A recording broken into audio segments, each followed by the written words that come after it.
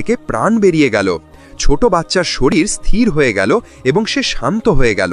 জাবির রাদিয়াল্লাহু আনহুর এটা বুঝতে দেরি হলো না যে এই ঘটনা কিভাবে ঘটেছে।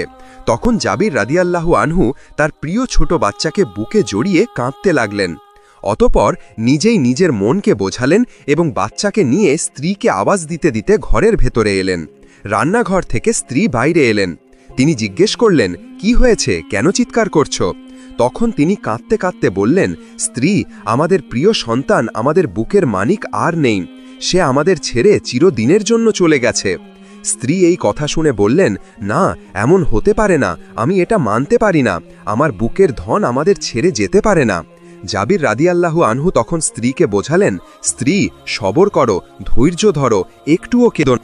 আজ রাসূলুল্লাহ সাল্লাল্লাহু আলাইহি ওয়াসাল্লাম আমাদের ঘরে আসবেন। তিনি এসে যদি আমাদের কাদা মুখ দেখেন, তখন তিনি কারণ জিজ্ঞেস করবেন। তখন আমরা কি জবাব দেব? তুমি একটুও কাঁদবে না।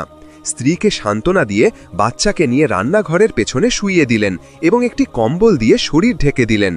এরপর বড় ছেলে আব্দুল্লাহকে খোঁজার জন্য জাবির রাদিয়াল্লাহু আনহু আবার রাস্তার দিকে এগিয়ে গেলেন। তিনি আব্দুল্লাহকে ডাকতে লাগলেন। আব্দুল্লাহ তখনও খেজুর গাছের ওপরে বসেছিল। ছোট ভাইয়ের মৃত্যুর কারণে সে ভয় পেয়েছিল। সে ভাবছিল যে যদি তার আব্বা তাকে এখন ধরে ফেলেন, তাহলে তিনি তাকে জীবিত ছাড়বেন না। এই ভয়ে সে কোনো আওয়াজ করছিল না, চুপচাপ খেজুর গাছের চূড়ায় বসে রইল।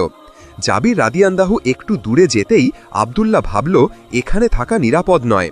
যে কোনো সময় আব্বা আমাকে দেখে ফেলতে পারেন এবং যদি একবার দেখে ফেলেন তাহলে আর রক্ষা নেই। তাই যেমনই আব্দুল্লাহ খেজুর গাছ থেকে নিচে নামতে শুরু করল, তখনই তার পা পিছলে গেল এবং ধপ করে মাটিতে পড়ে গেল এবং তার প্রচণ্ড চোট লাগল। জাবির রাদিয়াল্লাহু আনহু কোনো কিছু পড়ার আওয়াজ শুনে যখন পেছনে ঘুরলেন, তখন তিনি দেখলেন যে খেজুর গাছের নিচে আব্দুল্লাহ পড়ে ছটফট করছে। তাই তিনি তাৎক্ষণিক দৌড়ে বড় ছেলে আব্দুল্লাহর কাছে এলেন এবং তাকে বুকে জড়িয়ে ধরলেন। ততক্ষণে খেজুর গাছ থেকে পড়ার আঘাত সহ্য করতে না পারার কারণে আব্দুল্লাহর প্রাণ খাঁচা থেকে উড়ে গিয়েছিল। মাত্র কিছু মুহূর্তের ব্যবধানে তাদের দুটি প্রিয় কলিজার টুকরা দুজনেই মারা গিয়েছিল। এই দুঃখ, এই কষ্ট সহ্য করা কত কঠিন ছিল, কত হৃদয় বিদারক ঘটনা ছিল এটি বলে বোঝানো অসম্ভব। তিনি বড় ছেলে আব্দুল্লাহকে কোলে নিয়ে কাঁদতে কাঁদতে আবার তার স্ত্রীকে ডাকলেন, স্ত্রী, তুমি কোথায়? স্ত্রীর সেই সময় বুকে বড় ব্যথা ছিল। পাথর দিয়ে চেপে রুটি বানানোর জন্য আটার খামির তৈরি করছিল। স্বামীর আওয়াজ শুনে চমকে গেল। তাড়াতাড়ি রান্নাঘর থেকে বাইরে এলো।